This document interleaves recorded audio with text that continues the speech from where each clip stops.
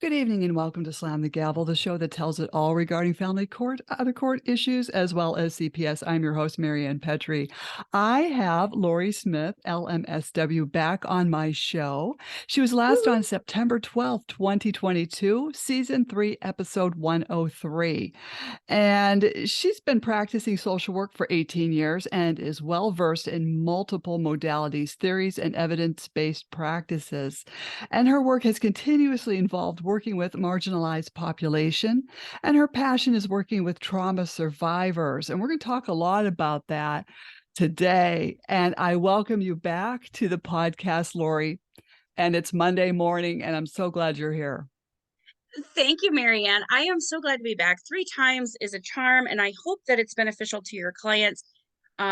It's occurring to me as you're speaking, we're near Halloween, and I forgot to mention that I'm actually a coach now too, and I have a webinar on shame unspooked, which is relevant to what we're going to be talking about today because I do work with trauma survivors. I love working with trauma survivors. And one of the things that I love to do the most is digging into the shame that keeps us small. Mhm. So that, our conversation today, all of these experiences that your listeners have had legally, it's very isolating. It's very scary. Mhm. And it's very just pull the rug out from under you kind of experiences, obviously, that are what we qualify as trauma. Mhm. So, I mean, I think, oh gosh, there's just so much to unpack. And so I'm glad you have me back. Thank you. Oh, and I'll probably have you back again because what we don't cut through in this podcast, we'll be doing Yeah. another one. Yeah. Oh my gosh. So, I've been reading a good book, Maryann. Okay. It is called, it's Gabor Mate. If you, are you, I don't know if you're familiar with him, if your listeners have ever. So Gabor Mate is really setting the landscape. He's changing the addiction landscape and the mental health and the medical landscape in terms of how we talk about and think about trauma. He's written in the realm of the hungry ghost about addiction. He's written a book on ADHD, on chronic illness. Now he's talking directly about trauma, and it's called The Myth of Normal, Trauma, Illness, and Healing in a Toxic Culture. So if it's okay, I'd like to read a quote to get us started. Oh, sure. Can you show us the cover of the book too Oh, so people sure. can look? Yeah, I didn't know we were. Yeah, here we Okay, go. that's cool. Yep, Gabor Okay. Mate. He's Canadian. He's a physician, actually. Oh, nice. Um, so seeing trauma as an internal dynamic grants us a much needed agency. If we treat trauma as an external event, something that happened to or around us, then it becomes a piece of history we can never dislodge. If, on the other hand, trauma is what took place inside of us as a result of what happened, in the sense of wounding or disconnection, then healing and reconnection become tangibly possible. Trying to keep awareness of trauma at bay hobbles our capacity to know ourselves. Conversely, fashioning from it a rock hard identity, whether it's the attitude of defiance, cynicism, or self pity, is to miss both the point and the opportunity of healing, since by definition, trauma represents a distortion and limitation of who we were born to be. Facing it directly without either denial or over identification becomes a doorway to health and balance. Now, I get excited about reading this stuff, but I don't know how other people feel about listening. But what I see in that quote is the hope. Mhm. The hope, if you look at your trauma, and anybody who's listening to you has experienced trauma, I would, without assessing them, almost bet at the casino on. Mhm. Mhm. But we always think it shouldn't happen to us. It doesn't happen to us. It only happens to those people, those other people, whoever other is. Mhm. And that is a really hard thing that our country is currently dealing with collectively. And so I know you talk a lot about judges and CPS and the experience of going through the courts. And I think if we look at that both in a macro level of our country, it has just experienced a disconnect from our identity, whether it was pro this or anti that, it doesn't matter. We're disconnecting from from our center. And that happens with the children, that happens with the parents, that Mhm. happens when we have shame come in from trauma that says, you're not allowed to feel these things. Mhm. You're, Mhm. you need to pull your bootstraps up. You need to, like, okay, well, this happened and you got to toughen it out and all You of those s- things. If we do not look at those things, we can't heal. right, or snap out of it. Right. And I think one of the things that I see, just it's so disempowering, the experience of trauma, whether you're a child or the parent or even the judge who is facing the cases over and over again. That matters. It matters because it starts to color our lens of how we experience, interact, and view the world. My coaching business is called Clouded Compass because it literally, to me, it's like a cloud in how we see the world. It is a cover, a film, an isolating difference between you and me. I have a pain I can't share. I have a pain I can't talk about. I shouldn't talk about it because I'll make you uncomfortable. I shouldn't scream about it. I shouldn't even be in pain about it because you're telling me it's not a pain point. Hmm. Mm-hmm. That isn't getting us anywhere. It's creating what we fear against. Mm-hmm. It is creating the exact conditions of perpetration and victimization over and over and over again. From the individual to the macro level, we are all being victimized at the moment in terms of, I mean, just look at the pandemic. We all had a victimization. Okay. Mm-hmm. Our lives were disassociated from ourselves. But if we don't talk about how to get through these incredibly painful, life cracking open experiences, then we ain't going to get the job done. Mm-hmm. The job being healing. And that's just it. You've got an elephant in the room that no one wants to talk about, or they dance around it because they know about it, but they don't want to, Right. you know, approach the person, or even offer, if you ever need someone to talk to, I'm here. People just don't even say that to each other anymore. Right. And if you remember, like in the, like, not that the 50s and 60s were that great, but if you remember when we had communities and your neighbors and you would have card parties and all, I mean, I just watched a show on a perpetrator that like perpetrated against an entire family because in the 70s we were just so friendly with each other. We're not, because we have pain that we're holding and carrying around and we're not talking to each other, which is why I find tremendous hope in the African American community in terms of all of the organizations they have with CPS, with the court system, with the unfairness and all of that. But they don't, those communities and agencies and organizations, they don't do this work all or nothing. Mhm. Trauma makes us think it's either or. Either I'm healed or I'm broken. Either Mhm. I'm fixed or I'm a mess. We're both, we're all of it. But we have got to find pieces of joy so that we can endure until the victory. Mhm. Mm. It is. It's so hard because it's a journey that takes a long time to It's so fix. funny. I'm laughing because when I came out with my business 2 years ago, specializing in trauma, my friend list, like my friends who talk to me, zilch, like down to like my friends. And I think, again, because I am open and say the word trauma, I lived I was just thinking last night, I had 7 Cabbage Patch Kids at one time, and I felt so lucky. Like I had, in some ways, a very good childhood, but in a lot of ways, it was full of neglect and abuse and court systems and just all of that stuff. But you don't discount one because you have the other. You may have a child who's being alienated. That doesn't mean you can stop, doesn't mean you need to stop mothering, doesn't mean you need to like halt that part of yourself. You can still have a relationship with that child, even if that child is inaccessible externally. Mhm. Does that make sense? Yes. And so I'm not afraid to talk about trauma. I'm going to come out talking about it loud and proud because trauma is just something we all experience.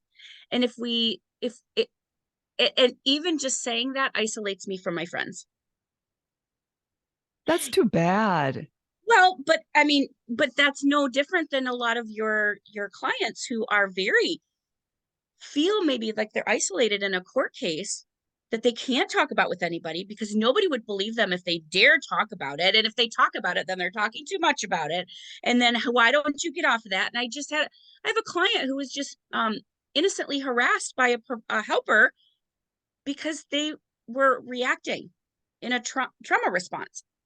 Yes, that's what we do when we're hurt. That's what we do when we're wounded.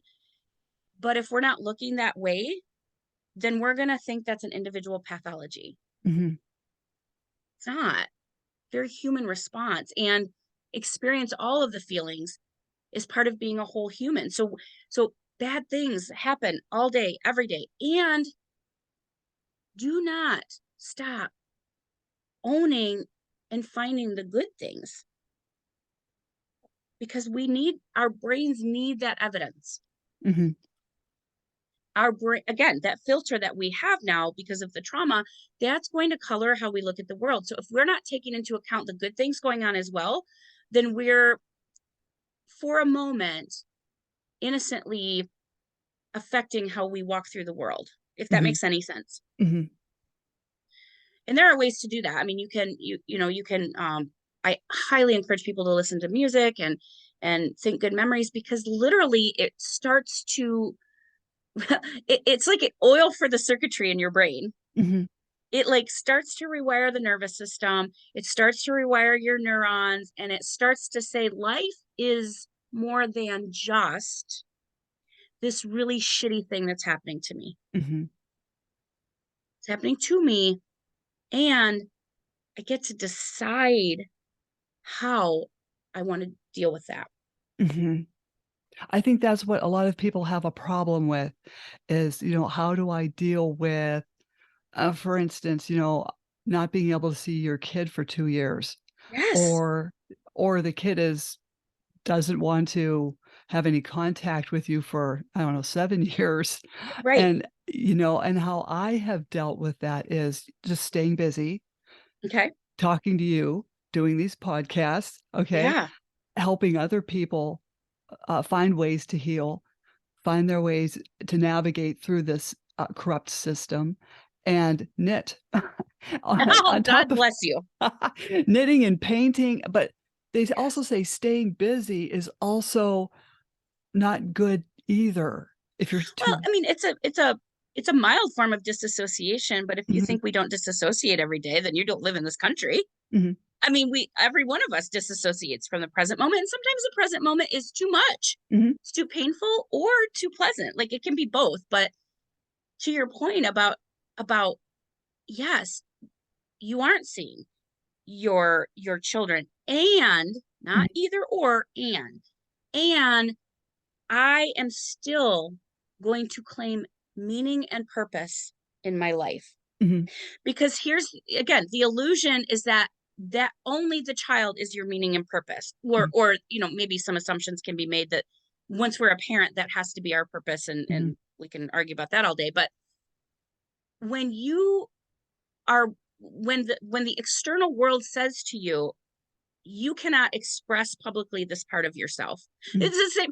I would think it's similar with a miscarriage. mhm. Okay. You have a child that you can't talk with. Yeah. You can't talk about. Nobody wants to bring it up. You're belaboring the point if you keep talking about it, right? All of those shoulds. The only reason those are happening is because the rest of the people around you are uncomfortable and they can't tolerate your feelings. Mhm, So get a therapist or a coach or something. And just because that child is gone, just because that child is inaccessible, has no bearing down on your worth or value.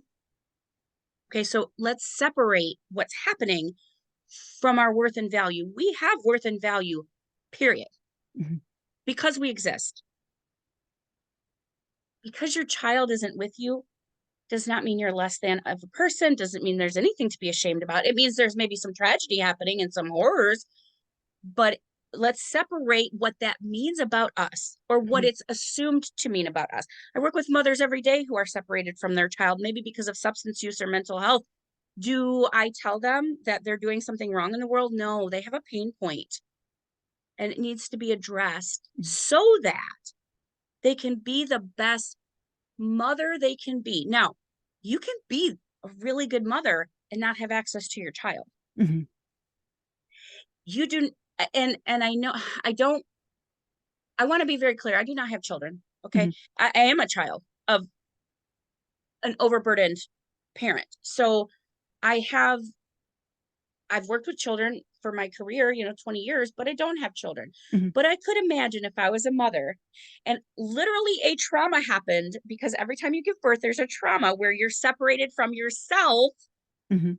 It is a part of you going out into the world that when it's ripped apart from you, you suffer. Yes. Guess what? When parts of ourselves are ripped away from ourselves, we suffer. So if you're not allowed, if the public is not allowing you to claim that you're a mother, or to claim that you're a good mother, or to claim that you're doing it right, or whatever bullshit, that still doesn't mean that you can't be your own version of what that means, Mhm. because that is your right. Do innocently, we look to the world to try and meet our needs. The world can't meet them, the world won't meet them, and there's a really good reason the world doesn't want to meet them. Because if you meet your own needs, you don't need the world as much. Mhm. Mhm. Now, that's a lot of sort of elevated talk for a very real issue, which is being separated from your child. Your child may say that they hate you. Any developmental therapist, which I'm not, but any developmental therapist will tell you that children go through developmental stages, and there are some commonalities that children experience. And we also know that when somebody's in their ear all day, every day, telling them what the world means and what reality is, they don't have a lot of choices in whether to believe that or not. They're not even supposed to have the choice. Let me say that differently. They're not even supposed to be faced with the choice of what that means. Their job is to trust the adult, period. Mhm. Because if they don't trust the adult, their needs aren't going to be met. So you have children who are being asked to do very adult things, as we know, in terms of, letter writing, and berating their parent, and hating, and tantrums. And part of that is them expressing frustration with the experience themselves. Mhm. But does that mean that you're a bad parent? I can't tell you that. You get to decide that. You get to decide what your parenting is. You get to decide how involved you are in your own way in your child's life. Now, that doesn't mean externals. That, I highly recommend people write letters to anybody they care about, Mhm. or poetry. Like, you have a whole book of poetry. That is a coping skill as much as anger is. Mhm. But what it does is it sort of like expels that stuck energy. You're shaking your head a lot. No, I agree with you. I agree with you because you've got to talk to a therapist because when your friends or family don't get it or don't wanna hear it, I mean, sometimes your friends who have never gone through this trauma still can understand you. Hmm. Even, like, I have a very, close friend, she's never had kids, but she totally gets the whole parenting thing, and she was also in the military. Okay. So, when it came to disciplining, it's like, "What do I do?" Because they were saying that, if you have a three-year-old and you want to put them in timeout, then y the timeout should only last 3 minutes. Okay. That does not work. So I No, it call doesn't. so I called my friend up. I said, "What how long? What should I do?" She said, "Set the timer for 12 minutes."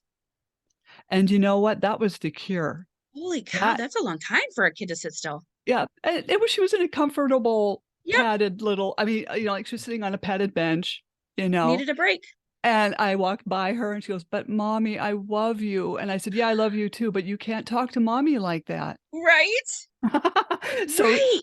once that was over, once that bell went off, she never did that again. Aw. I mean, she was never ever in timeout after that. But that, you know what? That speaks to the point of individualization. Mhm, Like, I will always support our collective recovery and well-being, but every rule needs to be individualized in our own lives. mhm, Because if you look at the parenting quote unquote tip that you got, where did that tip come from? Who made those rules? Mhm. Where are our rules coming from? Where is the rule that says, this is a tough one, but where's the rule that says we should not face harm in this world? Now, I'm not condoning that we do, Mhm. but I lived under the assumption that I shouldn't be harmed in this world. Mhm. The audacity to think that I could ever outrun harm. And at the same time, nobody else knew what it was like when I was in the deep, dark hole and being externally forced to admit helplessness, hopelessness, and powerlessness, and that I'm at the mercy of somebody else's decision. Nobody knows what that's like. Nobody Mhm. knows what an abuse situation is like. And your abuse situation could be completely different dynamic than my abuse situation. So why are we following rules that we didn't make ourselves, Mhm. and that came from a chapter in the world that isn't happening today? Right. And what I mean that in a very empowering way, because when life pulls the rug out from under you and you're in a jail cell with a heart attack, there is nobody coming to save you. Right. There is nobody but you. So you better figure out how to get that shit done in a way that works for you. Mhm. And I had to do that too with my own situation in a mental health ward. It occurs to me very clearly that I had been helping people for 20 years, and somehow I don't I don't know how I missed it, that every single case I had ever worked with was a result of a wound, a trauma. Like, I Mhm. obviously I know diagnoses and stuff like that, but essentially what it comes down to is that the world asks us each and every day to betray ourselves in some way. You want to be a mother, you want to have, you want that ideal family, and then here you go to court and the judge is making decisions that don't make sense and are illegal, and maybe, on the side deals hustling, and you don't have a frame of reference for that Mhm. because it doesn't make sense. It's not, it it could you couldn't even explain it sometimes, I think, if you tried. But what makes sense is that absolute ripping apart inside, guttural helplessness Mhm. that it invokes. I call that the basement of shame. Mhm. Don't stay there, okay? Feel it, get a therapist, but that's not the end of your story. It's not the end of your story. Mhm. And there's a rebel inside of you that I highly encourage you to make friends with. You go live your life in a way that you see fit. You go paint and uh do podcasts, and you go, you know, um spread the word and help people have their stories heard. You do what's best for you, because in that way, you don't have to work as hard to people please. Mhm. B, a lot of these court cases are just financially exhausting, so you may have to quit before the external goal is won. Mhm. But C, don't discount the tools that you already have. Everything that you have been through, everything, only you have gotten through. Mhm. And I don't mean that we don't have help, and I don't mean that we don't have supportive people, but they did not walk through it inside and out. Mhm. You did. And I don't know a greater scientific evidence base than 100% success rate.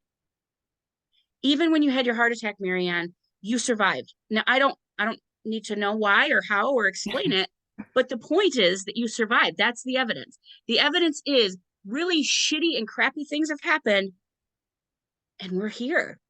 Mhm. What's that about? I get curious. Oh my God.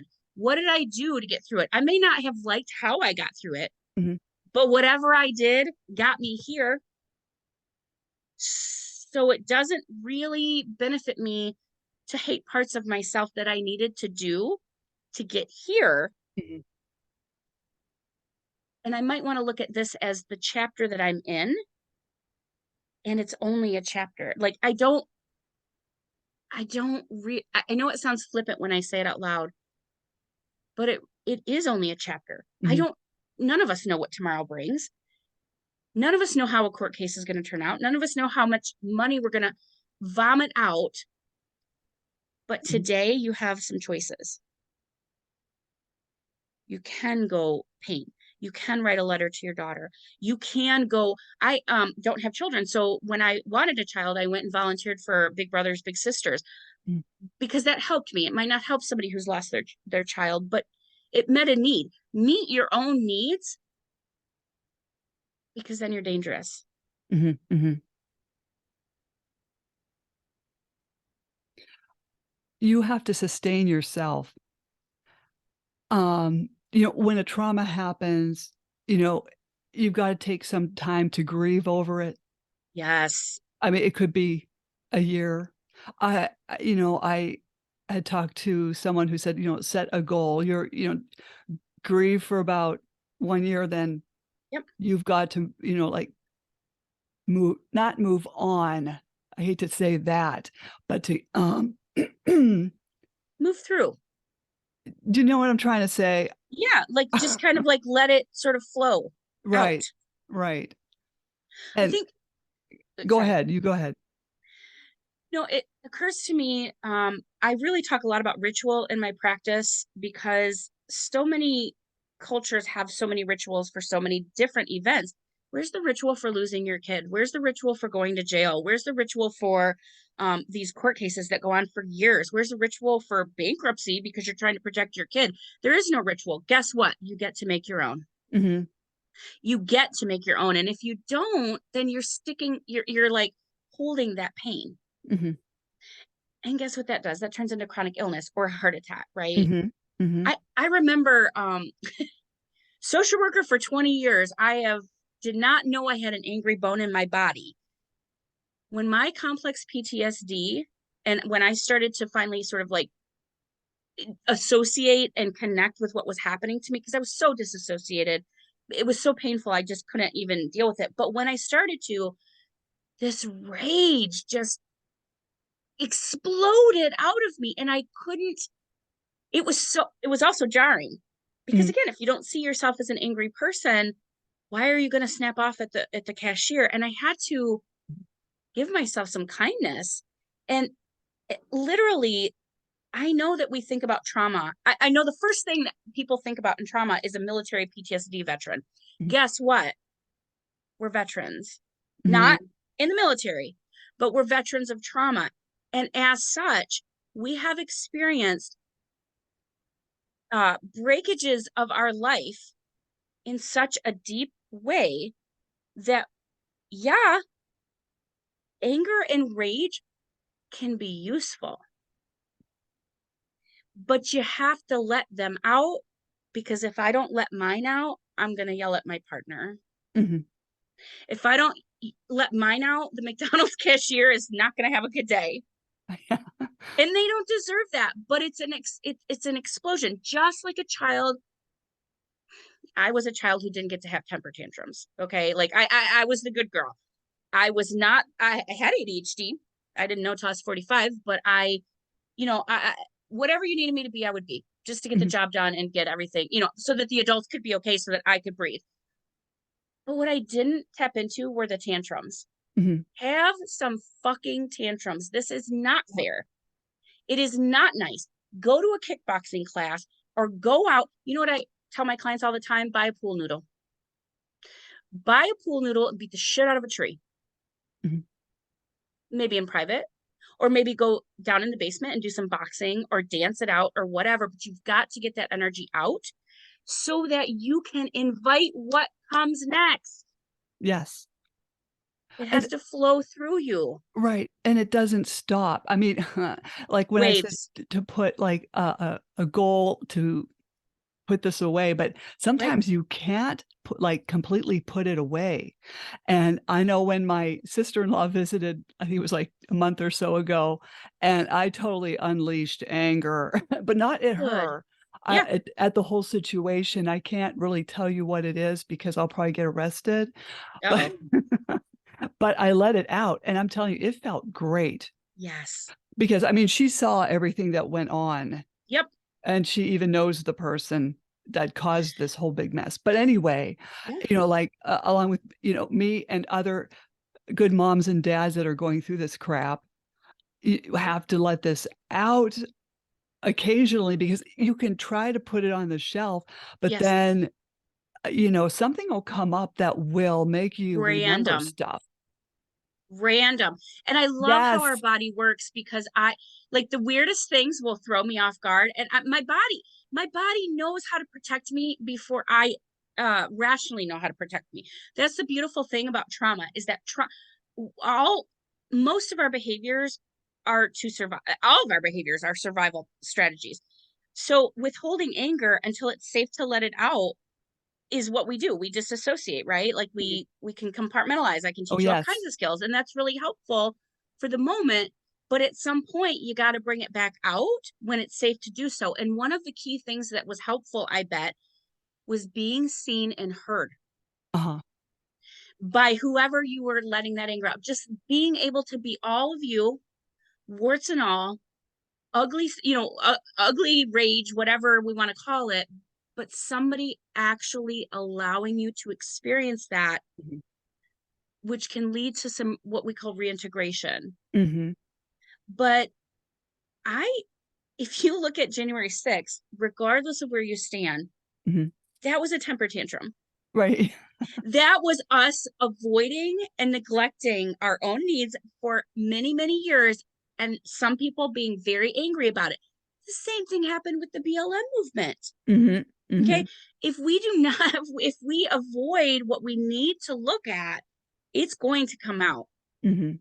Now, the choices we have is to look at it and decide how we want it to come out, or to sort of roll with it. If I have a rage moment, I let myself just like that, like Yeah. express it so that it's out. And again, to flow through.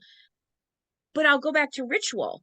The Mhm. therapy is a semi-real ritualistic in that you review your week most weeks. You come in, you talk about what happened, you Mhm. troubleshoot and all that. It's also inviting your rational brain back into it. And so the rage that you and I may be having isn't rational. Mhm. It's not supposed to be. It's actually supposed to be just to keep us freaking alive. Mhm. But if we don't if we don't have tools to transition from the survival brain to the executive functioning brain, then we will use adaptive coping skills, but they're probably not going to get us to the goals that we're looking for, if that makes sense. Yes. It's going to come out of mental health, substance use, chronic illness, arrests. Right. And it's even though you're doing something positive, like say painting, or, like you said, dancing it off, or, sometimes those things aren't enough. I don't know Right. why, you know, um, staying Well, busy or yelling at my sister-in-law. right. Even though I wasn't like yelling at her, but sometimes I think this trauma that people experience, whether it be court, whether it be a horrible car accident or some horrific thing that happened in their family, maybe it's just something that's going to haunt you Hmm. for the rest of your life. I mean, I think maybe we're stuck with it, not to be Well, depressing. um, so I imagine it like a developmental thing. Okay, we're all going to have some trauma. It will color our experience of life, but we do have some choice in how it colors it, in terms of maybe it's never going to go away that you've lost a child, but you're going to be sad about it at sometimes. Mhm. You're going to be enraged about it at sometimes. You're going to be maybe even grateful sometimes. Like, I don't, and again, I'm not being flippant about that, but maybe you see where, like, for me, for instance, I would not have been a good mother, and I know that, and I'm so grateful that I didn't have children, because that wasn't my journey. Mhm. Whatever. The point is, we get to have the meaning making. That is a human thing that animals can't do. We get to define the meaning something has for us. Mhm. So if for 5 years, the meaning that I assigned to what was happening to me was that I was worthless. And the world was proving me right because they kept telling me, oh, you're doing this wrong and you're doing that wrong, and we're going to take your job away and you've got to do drug testing and all that stuff. It wasn't connecting with who I thought I was. Mhm. But we don't ever get asked that. Nobody ever asks permission to tell you who you are, but nobody ever invites us to decide for ourselves who we are. Okay? So it may be true on the outside that these horrific things are happening. It is also true because Viktor Frankl wrote it in a book based on the Holocaust that you can be in the worst circumstances and still have some internal agency. And I don't want us to have horrible circumstances, but we get to determine the meaning. So yes, trauma is sort of a wound that Gabor Mate talks about it as like, if it's never allowed to heal, it's going to stay open and Mhm. vulnerable and reactive, or it's going to close up and get really scarred and tough. And, we've seen leaders that way, if you Mhm. will, who are literally having temper tantrums in front of um, the entire world as a Mhm. result of previous trauma. So it does stay with you, but it doesn't have to define what your life is. It is not all that your life is. It is part of what your life is. And what do you want to do with it? Mhm. What and how do you want to respond to this?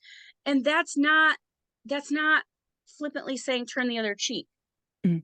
Again, what part of myself do I want to use? We have with this therapy has this theory called internal family systems. And the idea is that we have a lot of different voices going around in our head. Most of the voices of my clients have like the bully is in charge. So I always ask them, who's sitting at the head of your table in your head? If there was an executive board meeting in your head of all of the voices in your head, the shoulds, the I didn'ts, the shame, the scared child, the playful, the Mad Hatter, Alice in Wonderland, the rebel, get creative. There was a really good Disney movie called Inside Out. This kind of builds on that. But the idea is that if you only have one voice in your head, you're not really being fair to yourself, Mhm. because typically that voice is from some previous authority figure that had rules for you and you're not following those rules correctly. But again, who made those rules? Why were those rules made? What era were those rules made? And do they even Mhm. fit this fucking chapter? Because if if Exact they don't, then we need to update our rule book. And that's where there is no rule book for when the judge takes your rights away. There is no well, there's their rule book, Yeah. but it's not your own. There's no rule book for what to do when you're having a heart attack in jail and you're not getting your medication. Like, there is no rule book. Guess what? That means I'm going to create my own. Mhm. But if I'm conscious about it, then I can sort of navigate and make my own meaning of it. You took my kid away? Okay. And yeah, that really sucks. It's unfair. We both know it's unfair, but I'm not a bad mother. Mhm. Mhm. We know what's going on here, but I'm going to stay true to my truth. Find your truth, go get a therapist or a coach, find your truth. But what is your truth? Because when you know your own truth, again, when you know your own truth, the insults, the slurs, the external assaults, that's a buffer. Mhm. It's such a buffer. And so when you can sit in your own skin and have that executive committee in your head, you better be at the head of that table as the CEO. Because if you're letting some other, scared child or the bully run the show, innocently we set ourselves up to fail. Mhm. It Yes, Lori. That's perfect. Everything you said was perfect, Lori, because of this generational trauma that will go down lines of 6 generations. Dr. Mark Roseman wrote that book, Preserving Family Yes. Ties, and he said, the family traumas will disturb 6 generations to come. Yes. Yes. And if you change one thing, you don't have to change the whole dynamic of the family. Look, my family isn't going to change. I don't I've stopped asking them to, frankly, because that's not my job, and they don't need to. They owe me nothing. But Mhm. I owe myself my own truth, because guess what? I wasn't allowed to have it. You weren't allowed to have it. The world isn't allowing you to have it. And that is the only thing that I'm going to the grave with. By the way, you're not going to the grave with me. So your opinion goes second. Mhm. Mhm. You don't know what's inside. You don't know my nervous system. You don't know the thoughts in my head. You don't know how I experience the world. But I get to have some agency over that. I get to learn tools to calm my nervous system. I get to build community. I get to talk and listen to other people who've experienced this. I get to build my toolbox. I get to have my buffer. I get these things, whether you give them to me or not. Thank you very much. Good night. Mhm. Mhm. I know that you're harming me. I know that you're harming me. I'm not going to let you gaslight me into believing that this is for my own good. Thank you and good night. I Yeah. love my daughter. I'm never going to stop loving my daughter. And I'm sorry that you can't see that and you're not allowing me to express that publicly. But guess what I do every night when I go home? I have a ritual for my daughter. Mhm. I connect with my higher power. I read books to empower myself. I build these sort of movements. This is every good thing that's happened in this country has been the result of something bad happening. Mm. And that's not, again, we have this innocent assumption that bad things shouldn't happen to us. Bad things happen to us every day, all Mhm. day. We're so numb to it that we somehow think that it's normal, Mhm. the myth of normal. It is not normal. What you're going through is not normal. It is not normal to be separated from a child. It's not normal to have to pay to be seen as a human. Mhm. But that's the systems that we have created. Do we want to do something about that? Do I want to be a part of that? I don't have to be, Mhm. but I can be. Mhm. Do I want to decide what this experience has meant for me and how I want it to move my life forward? Or maybe I need to stay stuck in it for a year or two. That's okay too. Guess what? I can't tell you what's right for you, right? Mhm. But you get to. And if you need to have a tantrum over and over and over again because you're not being heard, people do it every day. People do it every day, and Mhm. some are praised for it and some are sent to prison. Mhm. Yeah. Yeah. So I know your own way. That is the only way out of this. Mhm. And by the way, we're not so different Mhm. in terms of like we all have something that we're so afraid to look at. And you don't have to. You can be scared. But there's going to be a day like today. I'm looking outside. There's no clouds in the sky. Like seriously, like Yeah. how to me that's such a Yeah. miracle. When I lose hope, I go to nature. Mhm. And I'll say that till the end of my day. I worked 5 years with the indigenous population in Alaska, Native Alaskans, who have for thousands of years had a relationship with the land. And every time I think life is just like hopeless, nature reminds me that things keep moving. Mhm. Nothing is permanent, change is constant. And oh, by the way, it all flawlessly comes together somehow, even in its destruction. Mhm. I think of like clear cutting forests and fires and all of that. Like, it, yeah, this is horrific. A Hurricane Ian in Florida, just clear cut a whole community. It is horrible. Guess what? They're going to rebuild. Wonder what's next. It was bad. Let's deal with it. Let's be sad and grieve. Let's ritualize. And then let's glean what we want to keep. Because what I, one of my coaches just said, like every time that I experienced I don't remember how she said it, but basically, essentially, it was whenever I thought that I was being harmed, like life was gently pushing me out of things that were harming me. Mhm.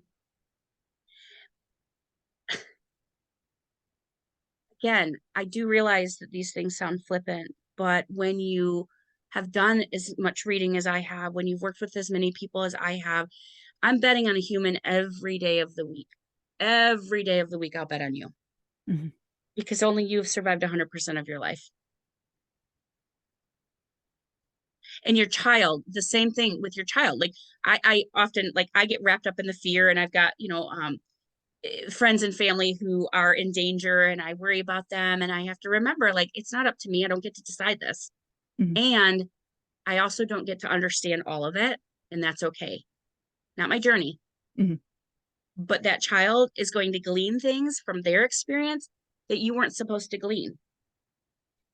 That parent who is such an asshole, I don't get to know their journey, but I don't want their life. I don't want their life. If I have to bulldoze the world to get what I want, that's not how I want to live. So I'll just go take my Legos and play somewhere else. Mhm. Mhm. You can cause harm to everybody else, but I'm cleaning up your mess. Yeah. Yeah, and that's what what you have to do. You just have to, well, I mean, I compartmentalize. Yeah, And not to go back over what we just were talking about, but, you know, it's a survival skill. yeah, right. Like enjoying nature helps Yes. a lot of people.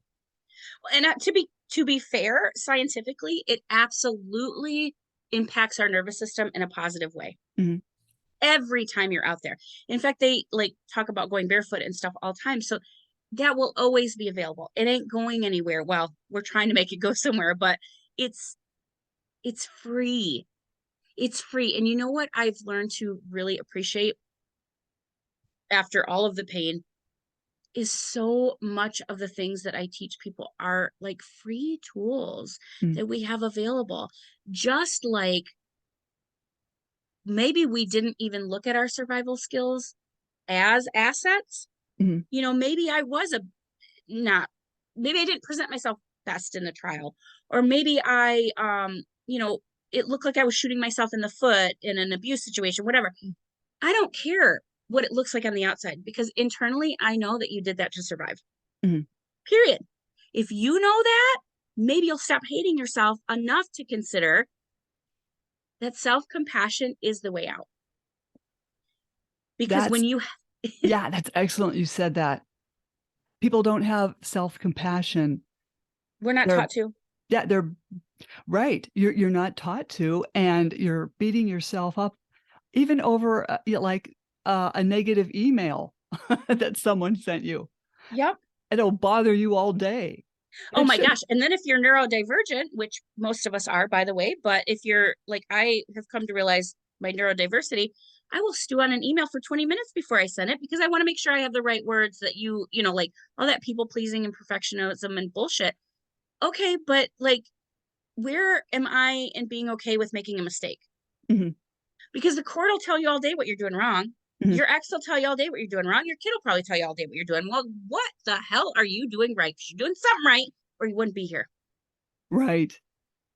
So let's build on that. Let's start to consider the self compassion, because actually, if you look at the Eastern religions, they all point to the fact that when you make that space inside for accepting yourself, the world looks different. You walk through, you relate differently. And that is your empowerment. That is your tool. That's how we uncloud the compass.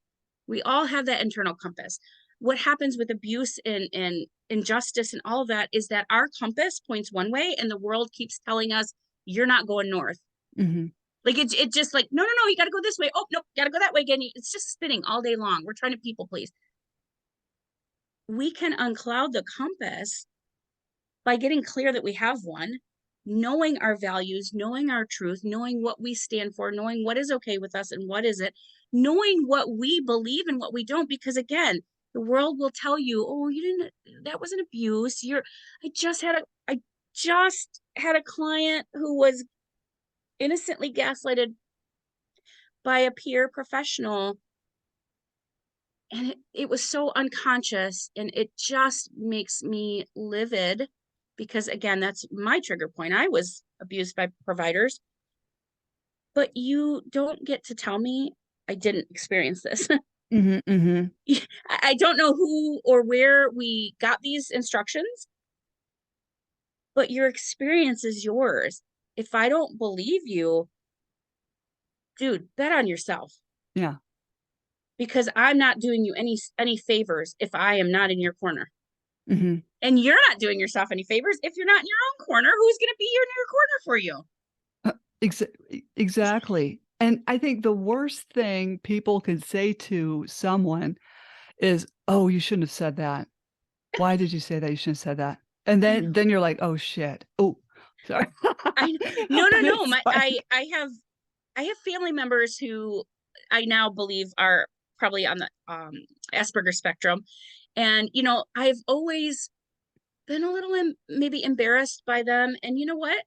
Why? Oh, right. Because I say some things too sometimes that maybe I didn't mean to say that way, or maybe you interpreted the wrong way. But who cares? Who cares? If we can, when we have self-compassion, here's a center point for how I walk through the world. I give you the gift of having your own reaction. Okay, that's my gift to you. I give myself that same gift. Mhm. You can be anything to me, Mhm. but I also get to be anything. I Mhm. also get to react in any way I see fit, whether it's rational or not. And I'm Mhm. not going to apologize for it. I may apologize that maybe it landed wrong, or maybe, like your feelings are hurt. I could apologize for something, but I will not apologize for me and my thoughts. Mhm. That's not happening anymore. But, yeah, like if we don't make room for our own imperfections, which we all, well, on some level we all have, but we're flawless. Like we're honestly, there is no mistake here. But whatever we perceive as an imperfection, what did that do for you Mhm. at some point? What did it do for you? It did something for you, or you wouldn't have needed to use it. Mhm. So if that's the case, then we just need to decide if we want to keep that or not. Like we don't need to continue that imperfection, but we better know what it did for us, because it's not going to go away unless we do. Mhm. And again, I being being publicly humiliated and dehumanized is not a breeding ground for like successful growth, right? Yeah. Which is why you have to get your buffers and you have to get your toolbox and you have to build your own rule book. Mhm. Don't want to think about your daughter today? Don't think about her. Mhm. You really missing your daughter today? It's Christmas. I spent so many Christmases alone, and on one level it was heartbreaking. I was very lonely. But on the other, it it forced me to value things that I had not considered before. So for instance, like Friendsgiving, where you just have a bunch of like I love my friend groups. I call them the land of misfit toys. We're all in the Oh. land of misfit toys. Like we all have something that we're, but Friendsgiving, or the fact that maybe some holidays you spend it with other families and you get to observe like healthy, actually functioning families. Mhm. And Mhm. it's kind of like a shocker, because It it's like, is. well, I remember as a child, I used to watch these sitcoms and be like, they're such fakers. How can a family be so healthy like that? Like, but it like actually happens somewhere in the world Mhm. some Yeah. days. So, being able to be present and observe that could be far richer than the stress it could induce thinking about what you're missing. There's time for that. We're Mhm. never going to forget we're missing it. But again, we better be with the scales in our head. We better be looking at what's right, what's good, what's gratitude, what's a blessing, so that we can have a holistic look and not just the clouded, isolated, shame based fear Mhm. of the world. And with this shame, like, sometimes you've got to think of good answers when people ask you things that are Oh, personal. I know this yes. Like, for instance, I'll just give you a for instance Yeah. that actually happened. But I was in a support conference, and this conference officer was highly unprofessional. In fact, I Mhm. called her boss and told him all about it. Good. But Using your rebel. yeah, well, and he apologized for her behavior, but that doesn't mean. See, what happened was we were waiting around for justice to come, which never did. But in Okay. the meantime, this conference officer looks at me and says, "I know why you got your kids taken away from you."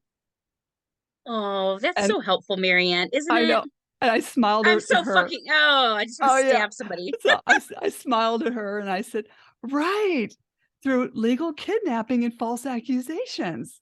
Yes. Now I said to her, I said, "You do know he is versing me." And she's so stupid. She goes, "What does that mean?" I'm going, "Verses?" I said, "He is versing me." And then she goes, "Oh." I'm Right. going, You caught her off guard. "You guys are so stupid." You poked a bubble in what she thought and believed. And that to me, that is a good jarring of people back into like, no, the reality you think you're having, like, again, I know I said earlier, like, don't ever doubt somebody's reality. That was her reality, right? She thought that you were the mother that got, she totally could see the reasons. Okay, fine, that's your reality. But I'm gonna poke a needle in your bubble there Mm, and just remind you that there's more than one reality. But to your point, that's a really good thing. Mantras are something I call on a lot in my mhm, therapy practice for people who are traditionally people pleasers or perfectionists to end the conversation, mhm, to not derail, but like divert a conversation, or to, I just put a period at the end. mhm, Like, just think of a rote thing that you can continue to say over and over and over again when somebody violates your boundaries, and then in your head put a period at the end of it. Like, like you just said, but use it then every time so that you too can remember that, right, because right, you need to be reminded that you're more than her assumptions. right.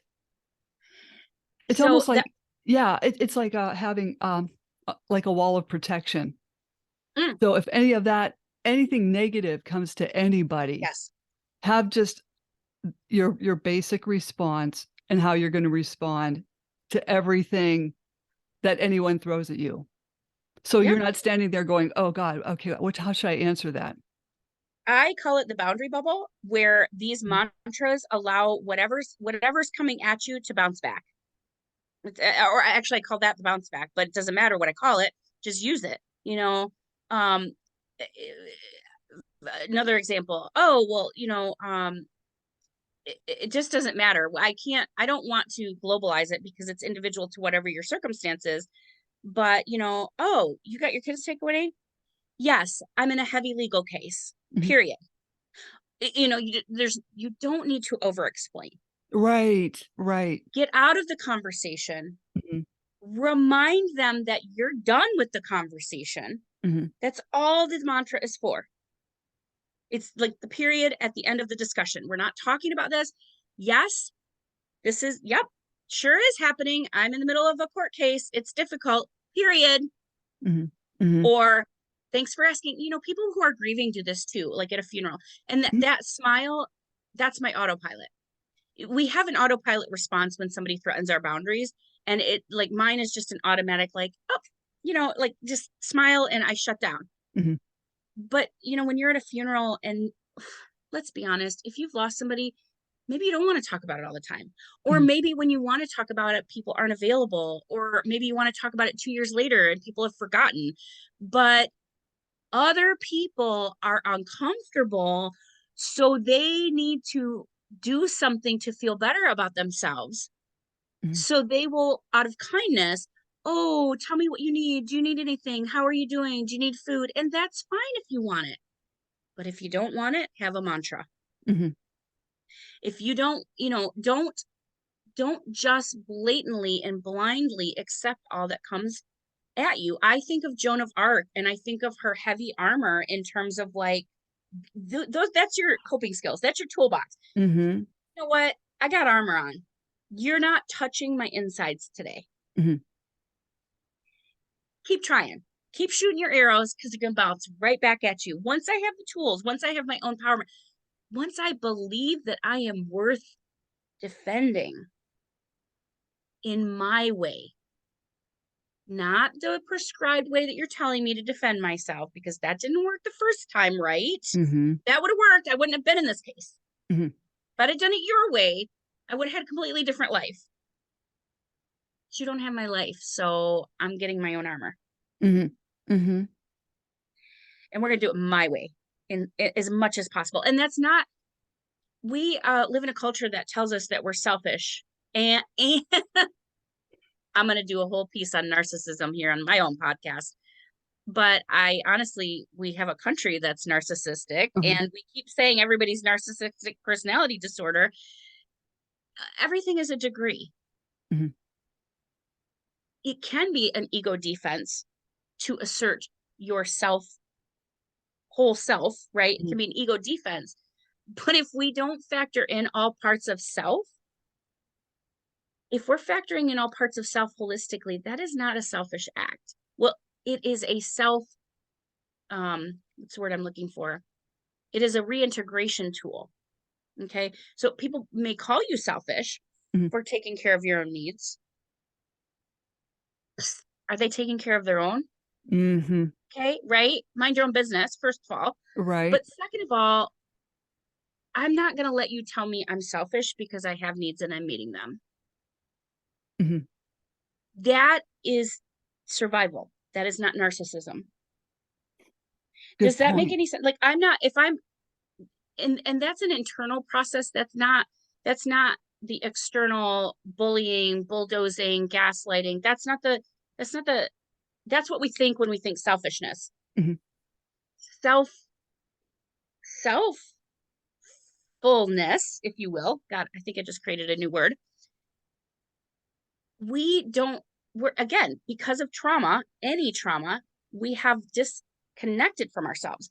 The healing, the repair comes from reconnecting with ourselves, which includes all parts of selves, which is not selfish. It is the bravest, most abolition and revolutionary act you can do in this world. That's so well said. Yes. I'm so glad I had you on today. And I want to do another podcast with you on personality disorders. I think that would be a good one.